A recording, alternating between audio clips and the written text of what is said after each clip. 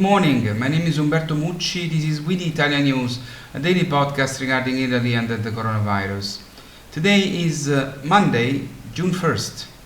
Of the 355 positive swabs detected yesterday, 59% are in Lombardy. 15 regions have less than 10 new cases and 0 in Umbria, Sardinia, Calabria, Molise and Basilicata.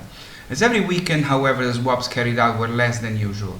The Italians who died yesterday from coronavirus were 75, and only Lombardy recorded more than 10 victims. No coronavirus deaths in the last 24 hours in Valle d'Aosta, Trentino Alto Adige, Friuli Venezia Giulia, Piedmont, Marche, Umbria, Molise, Calabria and Sardinia.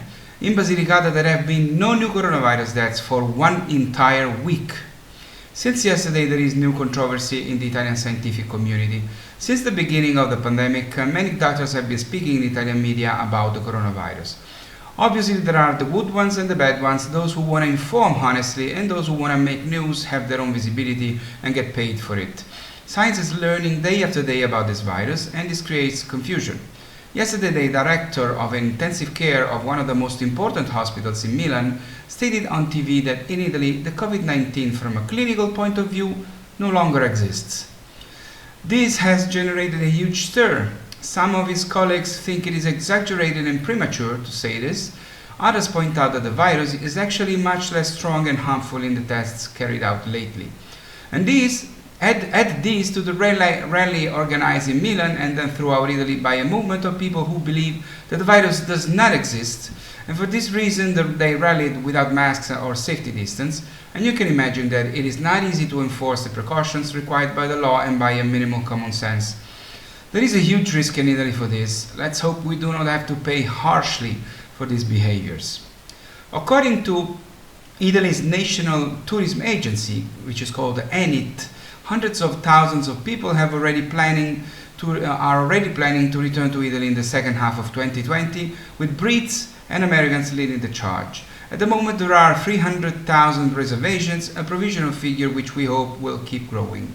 While travel within the EU is set to be allowed from June 3rd, with no quarantine requirements, there is still no confirmed date from which tourism from outside Europe will be possible. The EU's external borders are currently closed to non-essential travel until at least June 15.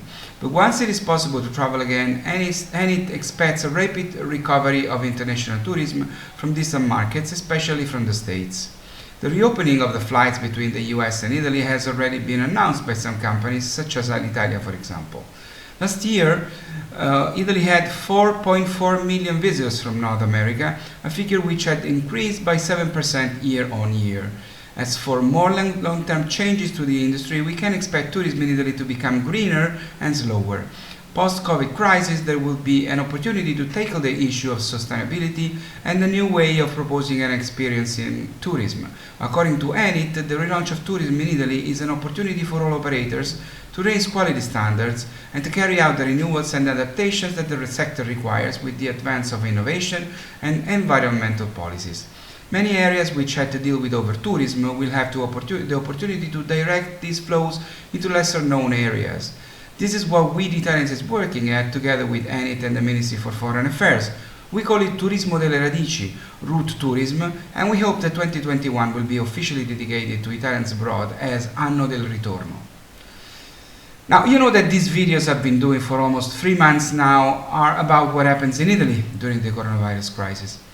Today I'd like to close by telling you that even in Italy there are demonstrations, fortunately non-violent, demanding justice for the murder of George Floyd in Minneapolis. Personally, I don't talk about politics because I don't want anyone to think that the We the Italians is lined up. We are apolitical and non-partisan. Our love for Italy and America doesn't depend on who governs here or there ever. But my heart bleeds every time I think of the words, "I can't breathe." And I hope that the violence will end. I agree with the protests, I condemn the violence, although I understand the anger of those who are tired of seeing unacceptable things like what happened in Minneapolis. Here at We the Italians, we love America. We are the Italians who love America profoundly, and we hope that the violence will end and that the criminals guilty of the horrendous murder of an innocent person will pay without discounts or alibis. Our wish naive, yes, naive but true, is that George Floyd will be the last victim of these horrible episodes of racism forever. I'll end this video by quoting a few words sang by The Voice, by Frank Sinatra in his beautiful song, The House I Live In. It was September 1945 and Sinatra cancelled a $10,000 gig to speak and sing in Gary, Indiana, during the student strike where white students from the Froebel School, Gary's only integrated school at the time, were boycotting classes as an attempt to have Froebel's black students removed. The strike ended a few days later Sinatra's appearance, thanks to him too. These are Sinatra's words in his song. All races and religions, that's America to me. And the right to speak my mind out, that's America to me.